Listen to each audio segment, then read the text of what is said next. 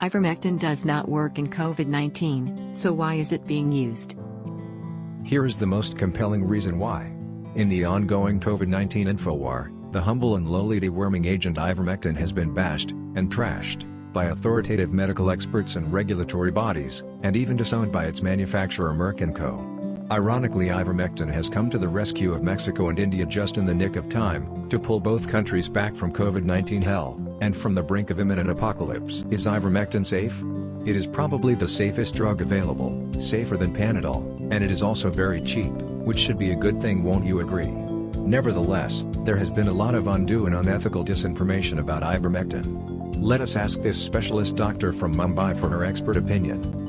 Ivermectin is a drug which is actually used for roundworm infection. It is an anti-parasitic drug. Only a single dose was given in the past for people to get rid of the roundworms in the gut. What is its use in COVID? If you ask me, as of today, it has absolutely no use in COVID. Research all over has proven that it is of no use, except for some research which came from Bangladesh some time back, which said that it has some advantage in COVID. But then, if you read the research, it is a retrospective trial, and there could be many biases in this research or in the trials that have been done. There are 2 trials, and in these trials which have been done, which show that it has absolutely no benefit. Obviously, this specialist doctor has not been keeping up with the latest medical research findings on ivermectin.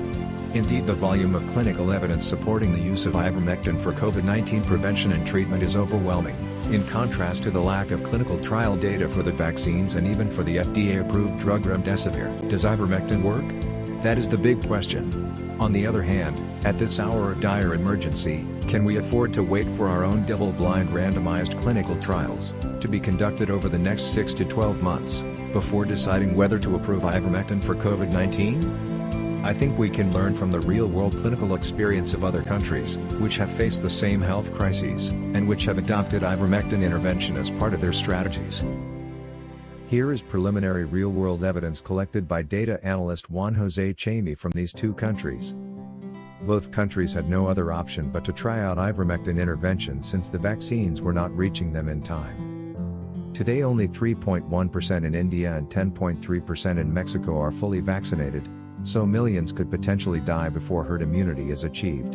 5 weeks ago, the hospitals in India were struggling to handle the new coronavirus infections, and in the capital New Delhi, funeral pyres were set up in a car park at a crematorium to handle the overflow of corpses, due mainly to the breakdown in their healthcare delivery system. On May 1, 2021, upon the recommendation of FLCCC, and the All India Institute of Medical Sciences, the Ministry of Health of India revised its guidelines for the treatment of COVID patients, and approved the use of ivermectin in low-risk patients. In New Delhi, the spectacular drop in new daily COVID infections was astonishing, unprecedented, and very remarkable indeed.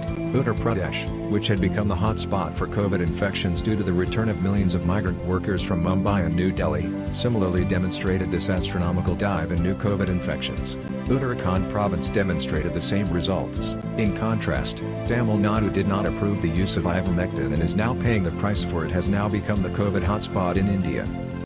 COVID infections have continued to rise exponentially, even though Tamil Nadu had a higher vaccination rate than Uttar Pradesh and Bihar. Tamil Nadu's COVID-19 infection rate trajectory is the only one headed skywards compared to the other states in India which were in the opposite direction. Another country we can learn from is Mexico, which has finally recovered from a similar COVID-19 pandemic crisis. By early November 2020, Mexico was having 1 million cases of the coronavirus, and official figures showed that nearly 100,000 people have died, making it the country with the 4th highest COVID-19 related deaths in the world after the United States, India, and Brazil.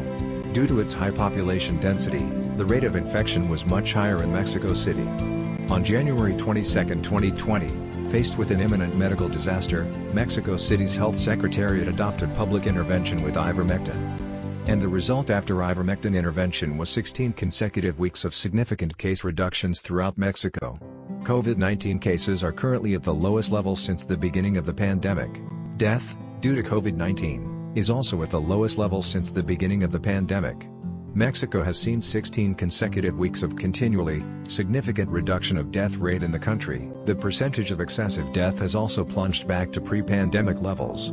Mexico City has just published in May 2021 their real-world clinical data, on the efficacy of ivermectin in preventing hospitalizations and deaths, derived from a very large study population, consisting of 75,000 ivermectin treatment group versus a control arm of 150,000. The data is available for anyone to verify. Comparing the 77,000 people who took ivermectin to 154,560 people who did not take ivermectin, there were significant decreases in hospitalization in every age group, with up to 80% decrease in patients 30 years and younger. The decrease in hospitalizations happened in every stage of the disease, and the decrease in hospitalizations happened in people with, and without comorbidities.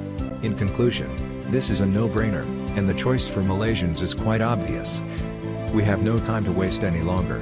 It is imperative upon the government to protect all its citizens adequately, while the COVID-19 Immunization Task Force works out the teething problems in our nation's much-delayed vaccination rollout. We have the opportunity now still, to stop this pandemic from dead on its track. The moment we have our entire population take this humble and unglamorous deworming medication for 5 days, then life can return to normal again for everyone. This will give us all a better chance of surviving this COVID-19 pandemic while waiting for herd immunity to develop through vaccination of 80% of the general population. Malaysia Boleh, I am sure you agree.